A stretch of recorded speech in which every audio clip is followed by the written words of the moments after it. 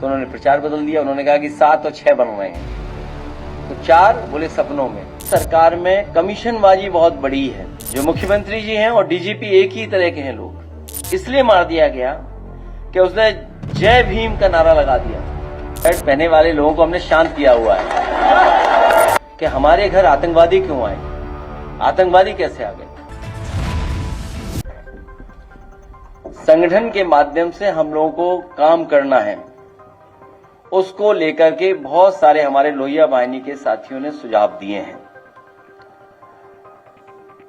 यहां पर जो बात हुई है वो यही फैसला लिया है कि बेरोजगारी को लेकर के, घटती नौकरियों को लेकर के, योग्यता अनुरूप काम की कमी होना या कम वेतन पर नौकरी मिलना, युवतियों के लिए असुरक्षित वातावरण जो पैदा हो गया है सरकार में, और जिस तरीके से भारतीय जनता पार्टी ने राजनीतिक हस्तक्षेप बढ़ाया है शिक्षा के क्षेत्र में, अधिक फीस महंगी हो गई है, शिक्षा का लगातार निजीकरण होता जा रहा है, या शिक्षा में वो व्यवस्था लागू हो रही है जो गरीब गांव में रहने वाले लोग हैं या मध्यम वर्ग के लोग हैं उनसे शिक्षा दूर होती चली जा रही है। ऑनलाइन शिक्षा की भी समस्याएं हैं, उनको लेकर के भी सुझाव आए हैं। और इधर जो रोजगार की बात तो हम लोग करते हैं, लेकिन इस सरकार में कमीशनबाजी बहुत बड़ी है, भ्रष्टाचार की भी सीमाएं, ये सरकार के अधिकारी मिलकर के सब सीमाएं तोड़ चुके हैं। इसी तरह मुद्रा वाली योजना को हम लोग बार बार कहते हैं और कई बार कहा कि 33 लाख करोड़ रुपए बांटे गए हैं और 52 करोड़ लोगों को पैसा मिला है, और ये सरकार मानती थी कि एक व्यक्ति को कम से कम रोजगार इससे मिलेगा। तो अगर ये बात हम सरकार की स्वीकार कर लें तो एक भी नौजवान बेरोजगार नहीं बचना चाहिए, हर एक के पास रोजगार होना चाहिए। युवा ही संविधान की रक्षा करेंगे, और न केवल संविधान की रक्षा करेंगे बल्कि आरक्षण को भी बचाने का काम यही युवा करेंगे मिलकर के। हाल ही में जो घटना हुई है, ये जो हमला हुआ था, ये हमला इसलिए भी हुआ है कि सुमन जी दलितों को कुचलने वालों के खिलाफ आवाज उठाने के लिए बुलंदशहर के उस सुनहरा गांव में जा रहे थे जहां सत्ता सजातियों ने कुछ दलितों को कई बार बेरहमी से रौंदा था, जिसमें एक दलित महिला की मौत भी हुई है और कई बुरी तरह घायल हुए हैं। उत्तर प्रदेश में जो माहौल बना है, उत्तर प्रदेश में थार और बुलडोजर को जानबूझ करके भाजपाई दबंगई और भय का प्रतीक बनाया जा रहा है। ये जो थार और ये बुलडोजर सरकार जानबूझ करके लोगों को डराने के लिए, लोग भयभीत हो जाएं, उसका प्रतीक बनाने का काम चल रहा है सरकार में। ये सच्चाई में तो चुनौती सरकार को दी है, उनकी कानून व्यवस्था को दी है। जो लोग ये कहते थे कि जीरो टॉलरेंस है, जो चुनौती दी गई वो सीधी सीधी चुनौती दी गई है। हम वो लोग हैं जो संविधान को मानते हैं, कानून को मानते हैं, लेकिन इधर देखने को मिला है कि कुछ लोगों को पूरा खुली छूट है, कुछ भी कर सकते हैं। और स्वाभाविक है, वो इसलिए छूट है क्योंकि उन्हीं के स्वजाति लोग बैठे हुए हैं, ऊपर से लेकर के नीचे तक। ये जो बुलंदशहर में हमला हुआ है सांसद आदरणीय रामजी सुमन जी पर, ये हमला कहीं न कहीं इशारा करता है कि उनको सरकार का पूरा सहारा है। याद कीजिए, एक दिन मैंने ये कहा था इसी ऑडिटोरियम में कि सरकार के लोग अभी तो औरों को धमका रहे हैं, लेकिन एक समय ऐसा आएगा ये सरकार के लोग किसी को नहीं छोड़ेंगे। और उसी का उदाहरण हम लोगों को देखने को मिला है। मैं अपने प्रेस के लोगों का धन्यवाद देता हूं कि हर बार आपको तकलीफ देनी पड़ती है हम लोगों को।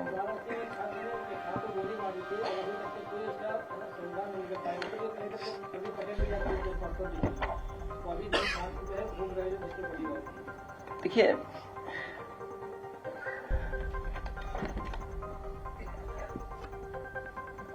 मैंने डेटा दिया था आपको, जिस तरह अधिकारियों की पोस्टिंग है, ये भी है गोरखपुर, अमेठी, कुशीनगर की है। ये डेटा देख लीजिए आप, वो आप समझ गए होंगे कौन ज्यादा है कौन कम है, बताने की जरूरत नहीं है। अभी मैं कुशीनगर होकर के आया था, जो मुझे जानकारी मिली है वहां से, आईपीएस पीपीएस अधिकारी कुशीनगर जिले में पीडीएस समाज का केवल एक है। कुशीनगर जिले में पीपीएस और आईपीएस अधिकारी केवल एक है, एक, आप समझ लीजिए। और फिर जो घटनाएं आप बता रहे हैं, तो जो हमला अभी हुआ था आदरणीय रामलीला सुमन जी पर, उन्हें डराने के लिए हुआ था, डराने के लिए। और ये हमला कोई पहली बार नहीं हो रहा है, ये सरकार का सपोर्ट है, डीजीपी साहब का सपोर्ट है। जो मुख्यमंत्री जी हैं और डीजीपी एक ही तरह के हैं लोग, इसलिए समर्थन है।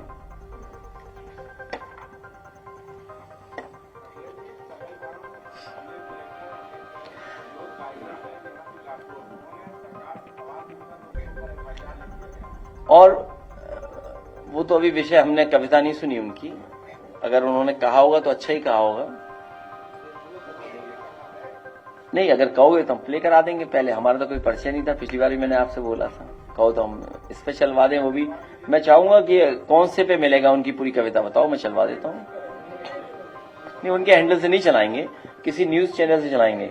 मुझे लगता है आज तक ने बड़ा अच्छी कवरेज दी है। आज तक वाला दिखाइए, यूपी तक वाला। बीजेपी सरकार में पीडीए की जातियों पर चुन चुन करके हमला हो रहा है।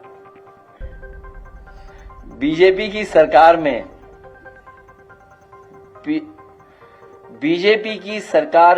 पीडीए की जातियों पर चुन चुन करके हमला हो रहा है। इलाहाबाद में दलित को जिंदा जला दिया था।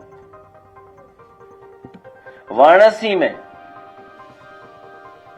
पटेल जाति के नौजवान को गोली मार दी। ये पीडीए के लोगों को चुन चुन करके मारा जा रहा है। जौनपुर में मौर्य जाति के नौजवान को दौड़ा दौड़ा करके मार दिया। रामपुर में दलित मूक बधिर बच्ची के साथ दो बलात्कार हुआ। आजमगढ़ में स्रोत जाति के नौजवान के इसलिए मार दिया गया कि उसने जय भीम का नारा लगा दिया था।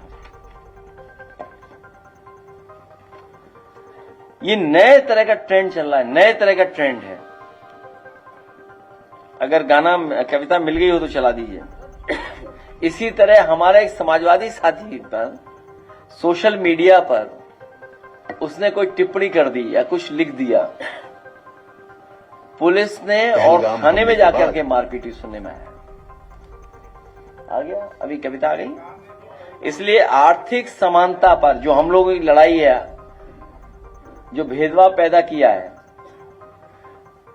ये बहुत सी चीजें सरकार चलाएगी जिससे हमारा ध्यान हट जाए। न हम हमले से डरने वाले लोग हैं, न किसी के डराने से डरने वाले लोग हैं, क्योंकि हम सबको मिलकर के भारतीय जनता पार्टी को उत्तर प्रदेश से सफाया करना है, उसकी तैयारी हम लोग कर रहे हैं। और जो हमारी लड़ाई है आर्थिक समानता की, और सामाजिक न्याय के राज की स्थापना की, बहुत सारी समस्याओं का समाधान तभी हो जाएगा जिस दिन हम सब लोग सामाजिक न्याय के राज की स्थापना करने में कामयाब हो जाएंगे। उसी समय बहुत सारी समस्याओं का अपने आप समाधान हो जाएगा। हमें क्या करवा देंगे? हमें भी? अच्छा, हाँ? देखिए, सच्चाई तो ये है कि ऐसे लोग सरकार को ठेंगा दिखा रहे हैं उनकी कानून व्यवस्था को। क्या है कानून व्यवस्था उनकी? इसका मतलब जो व्यक्ति ये बोल रहा है, चुनौती दे रहा है, वो हमें चुनौती नहीं दे रहा है, वो मुख्यमंत्री जी को चुनौती दे रहा है, डीजीपी साहब को चुनौती दे रहा है, वो हमें चुनौती नहीं दे रहा है। हमारे लाल शर्ट पहने वाले लोगों को हमने शांत किया हुआ है।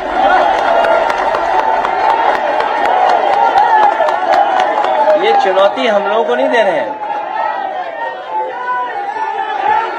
और सच्चाई तो ये है कि जितने भी एक मिनट ये जो चुनौती दी जा रही है, वो जो वर्दी पहने लोग हैं, ट्रेनिंग पाए लोग हैं, हम तो पॉलिटिकल लोग हैं। ये चुनौती हमें नहीं मिल रही है, ये चुनौती मिल रही है वर्दी पहने हुए ट्रेन लोगों को। ये चुनौती उन्हीं लोगों को मिल रही है। ये चुनौती मिल रही डीजीपी साहब को, चुनौती मिल रही मुख्यमंत्री जी को। हम लोगों को चुनौती नहीं है ये चुनौती और इसलिए भी मिल रही है कि इनका कुछ सीधा संपर्क है, संबंध होगा। और ये सब ऐसे लोग कानून व्यवस्था को ठेंगा दिखा रहे हैं।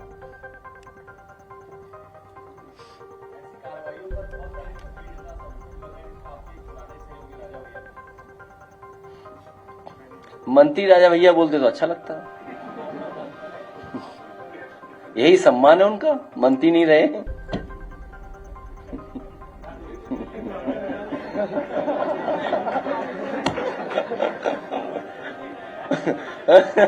क्या चाहिए?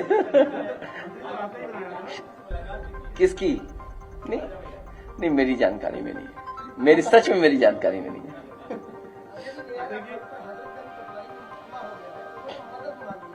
किससे? नहीं, हम सब लोग मदद कर रहे हैं उनकी, हम सब लोग मदद करेंगे। देखिए, अगर कोई घटना हुई है और कोई बात कही जा रही है तो सरकार कम से कम जो कह रहे हैं उन पे तो कार्रवाई न करे। इसीलिए मैं कह रहा हूं, जो इनके अपने लोग हैं वो कानून व्यवस्था को कब ठेंगा दिखाते पता ही नहीं है। और कितनी बार हम लोगों ने देखा, आपने देखा, ठेंगा दिखा रहे हैं। हमारी बहन बोल रही थी कि वो हमें भी हमला कर रहे हैं। हमने तो देखा ही नहीं, ऐसा पढ़ते ही नहीं हम ऐसे लोगों के बारे में। और फिर चुनौती, अगर राजनीति कर रहे हैं जैसे हम लोग, अरे इन चुनौतियों का सामना नहीं करेंगे तो राजनीति करना ही भूल जाए हम लोग, बंद कर रहे हैं राजनीति। इसलिए क्योंकि राजनीति कर रहे हैं तो एक बड़ा सपना लेके कर रहे हैं। और सोचिए आप, हम लोगों का विजन देखिए आप। हम लोगों ने हवाई जहाज उतारा सड़क पर, अब मुख्यमंत्री तैयारी कर रहे हैं कि रात में भी उतारेंगे। देखिए हमारे काम का असर देखिए। और मैं आपसे कह रहा हूं, ये हाइब्रिड मॉडल इतना बढ़िया है कि भारतीय जनता पार्टी के जितने मॉडल होते हैं वो कुछ न कुछ लाभ या करप्शन के मॉडल होते हैं। ये हाइब्रिड मॉडल से जो सड़क बन रही है, आप, मैं दावा कर सकता हूं, आप मुख्यमंत्री जी से पूछो जाके ये हाइब्रिड मॉडल क्या है, वो बता ही नहीं पाएंगे। और अगर एक्सप्रेस वे दूसरा देख रहे, अपना तो देख लेते पहले, वो गोरखपुर लिंक जो अभी तक नहीं बन पाई, उधर भी तो उतारे हैं हेलीकॉप्टर। हमारे मुख्यमंत्री इतने अच्छे हैं कि हर सड़क को वो एक्सप्रेस वे समझते हैं।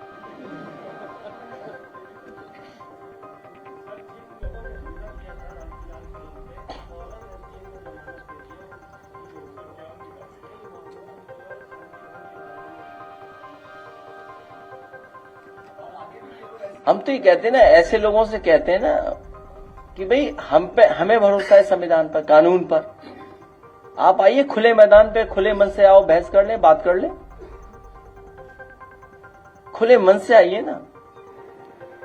आइए बात कर लें, बात करने में क्या है, किस बात की नाराजगी है? आइए खुले मन से हम लोग भी बात कर लें आपसे।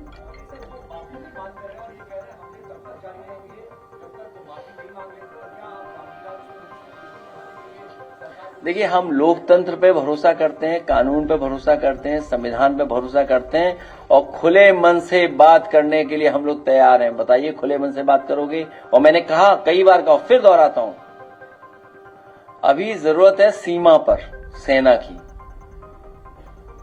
अभी जरूरत है सीमा पर सेना की। और जब कभी भी आप पाकिस्तान से सवाल खड़े करोगे तो आपको चीन से भी मुकाबला करना पड़ेगा। कई जो अखबार हैं इंटरनेशनल से लेकर के आपके हमारे महत्वपूर्ण अखबार हैं, कई राइटअप आए हैं, कई लोग चर्चा कर रहे हैं इस बात की कि जब कभी भी आप पीओके की तरफ देखोगे, पीओके की तरफ देखोगे तो साथ में आपको चीन से भी मुकाबला करना पड़ेगा। इसलिए किस तरह की चीजें हैं, सेना की जरूरत सीमा पर है। अभी तो कितनी 24 सीटें खाली हैं कश्मीर में। मैं सेना से कहूंगा कि 24 सीटें भरवा दो कश्मीर की, ये जो सेना यहां घूम रही है।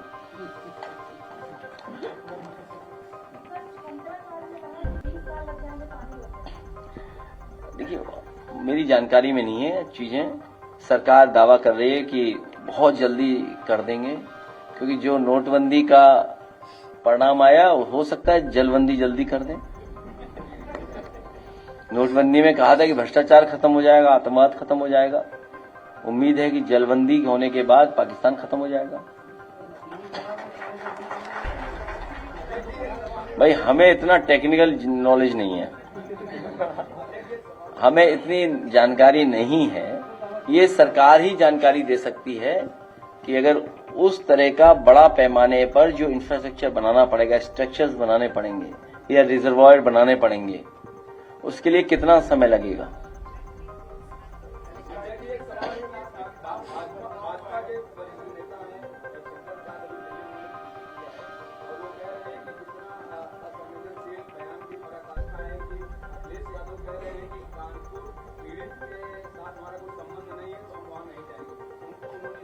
देखिए, ऐसा है, उसमें कोई छिपाने की बात नहीं है। सवाल ये नहीं है मैं किसके घर जा रहा हूं नहीं जा रहा हूं। सवाल ये था कि हमारे घर आतंकवादी क्यों आए, आतंकवादी कैसे आ गए। और जहां तक सवाल उनके घर के जाने का है, हमारी पार्टी के बड़े पैमाने पे नेता जा चुके हैं। और अगर आपको सूची चाहिए कौन कौन जा चुका है, तो एक कानपुर का हमारा साथी है, वो बता देगा। विजय कहाँ है? हाँ, बता दीजिए कितने लोग जा चुके हैं, यहाँ खड़े होकर बता दो। हाँ, देखिए वो भी गया था लड़का। आओ इधर, आओ इधर, आइए, आ जाओ, आ जाओ, यहीं से बता दो, यहीं से।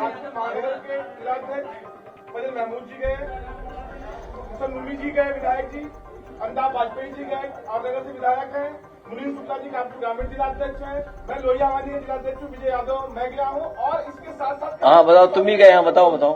लगातार घटनाओं माननीय विधायक है, अमिताभ वाजपेयी गए, जिलाध्यक्ष महमूद जी गए, हम लोग सारे वहाँ सब लोग गए। और जो घटना हुए, ये सतीश महाराज जी के जो विधानसभा अध्यक्ष है, उनके बहुत विरोध में है, क्योंकि उनका सीनियर का काम होता है। नहीं, क्यों बात और हम लोग पहले वहाँ जा चुके हैं। अरे नहीं, वो बात है नहीं, ठीक, बस होगी बात। अच्छा सुनिए, एक मिनट। देखिए, सवाल ये नहीं है इधर उधर वाली। देखिए, दिल्ली से अगर ये बात आ रही है तो इसका मतलब ध्यान भटकाना चाहते हैं वो। एक मिनट, ए बेटा खड़े हो। हाँ, ध्यान भटकाना चाहते हैं वो लोग, वो ध्यान हटाना चाहते हैं। तो इसलिए मैंने कहा, सवाल ये नहीं है कि मैं घर गया हूं नहीं गया हूं, या जाऊंगा नहीं जाऊंगा। सवाल ये कि आतंकवादी आपके घर कैसे आ गए। और सुनने में आ रहा है, जो उनके परिवारों के सदस्यों से सुनने में आ रहा है, जो और प्रदेश के जिनके परिवार के सदस्यों की जान गई है, उनसे सुनने में आ रहा है। कहो तो उनके वीडियो में चलवा दूं। इनके मंत्रियों को, इनके मुख्यमंत्रियों को क्या सुनना पड़ा। और सुनने में आ रहा है 1.5 घंटे तक कोई पहुंचा ही नहीं वहां पर, 1.5 घंटे तक कोई पहुंचा ही नहीं मदद के लिए। अस्पताल में पहुंचाने के लिए कोई इंतजाम नहीं था। तो आप क्या कह रहे हैं, हम विश्व गुरु बन गए हैं, अमृत काल चल रहा है, ये हमारा डंका बज रहा है, हम दुनिया की ये तीसरी अर्थव्यवस्था बने जा रहे हैं। आप सोचिए, तीसरी अर्थव्यवस्था बने जा रहे हो, आप किसी घायल को इलाज नहीं दे पा रहे हो। आप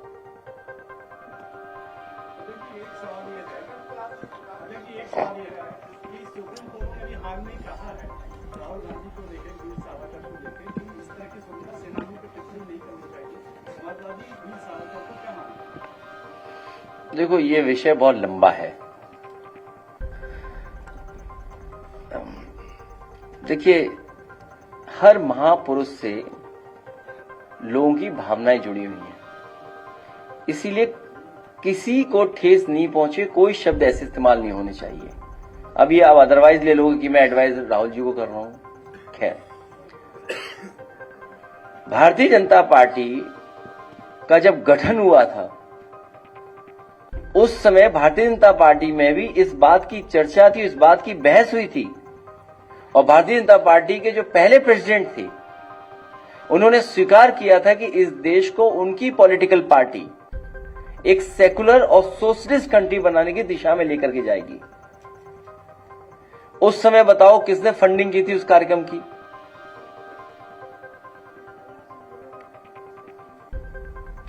तो जो लोग सेकुलर और सोशलिस्ट कंट्री बनाना चाहते थे, आज बताइए वो कम्युनल हो गए कि नहीं हो गए? कितने कम्युनल हो गए? सोशलिस्ट की जगह वो कैपिटलिस्ट हो गए, और इतना गैप पैदा कर दिया कि जिसकी आप कल्पना नहीं कर सकते। इतने बेरोजगार पैदा कर दिए इन्होंने, और अर्थव्यवस्था इतनी खराब कर दी कि कुछ हाथों में सब कुछ चला गया। अगर उन हाथों में सब कुछ चला गया है तो आप कैसे, जो खाई पैदा हुई है अमीर और गरीब के बीच में, इतनी बड़ी खाई दुनिया में किसी देश में नहीं है जिस तरह से हमारे देश में पैदा हो गई है। ये बहुत बड़ा पुराना इतिहास है। अंग्रेज बना के गए थे एक formula, divide and rule. Divide and rule के ही न्यू में इनका पूरा दल है। जो जिस विचारधारा पे आप बात कर रहे हो, वो डिवाइड एंड रूल जो अंग्रेजों ने कभी पॉलिसी बनाई थी, उसके न्यू में यही विचारधारा है।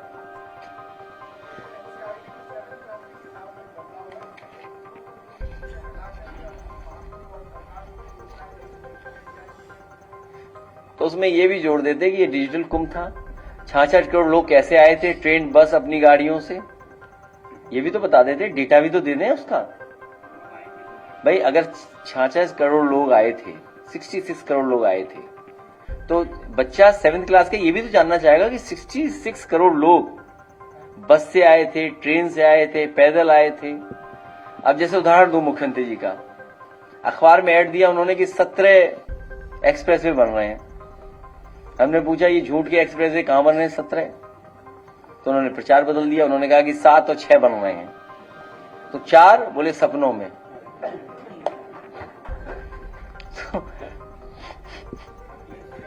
अभी आज के अखबार में पढ़ रहा था मैं, एक एक्सप्रेस वे हरिद्वार बनेगा, एक इधर बनेगा, एक उधर बनेगा। समय बचा नहीं है। 8 साल मना रहे हो आप, 00। 8 तब बनता है जब 2 जीरो हो। 8 साल 8 तब बनता है जब 00 हो, एक जीरो नीचे एक जीरो ऊपर। और बचा नहीं समय कुछ भी। आखिरी बजट आना है, और कितने एक्सप्रेस वे बनाने जा रहे हैं आप अखबार में पढ़ लो। तो आप भी तो गलत लिख देते हो। क्यों लिखते हो आप भी अखबारों में लिख देते हो। अच्छा, उनके हवाले से तब ठीक है, अब जाने दो।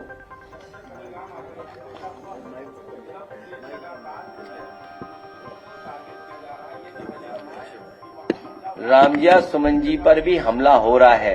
रामजिया सुमन जी पे भी हमला हो रहा है। हमारा पत्रकार साथी खड़ा है, बैठा है जो, इस पे भी हमला हो रहा है। बीजेपी वाले सब पे हमला कर रहे हैं, और अभी 6 महीने गुजर जाओ, बीजेपी पे हमला करेगी। चलिए, बहुत धन्यवाद। देश विदेश की ताज़ा खबर पाने के लिए हमारे चैनल NTV निष्पक्ष को सब्सक्राइब करें व बेल आइकन दबाना ना भूलें।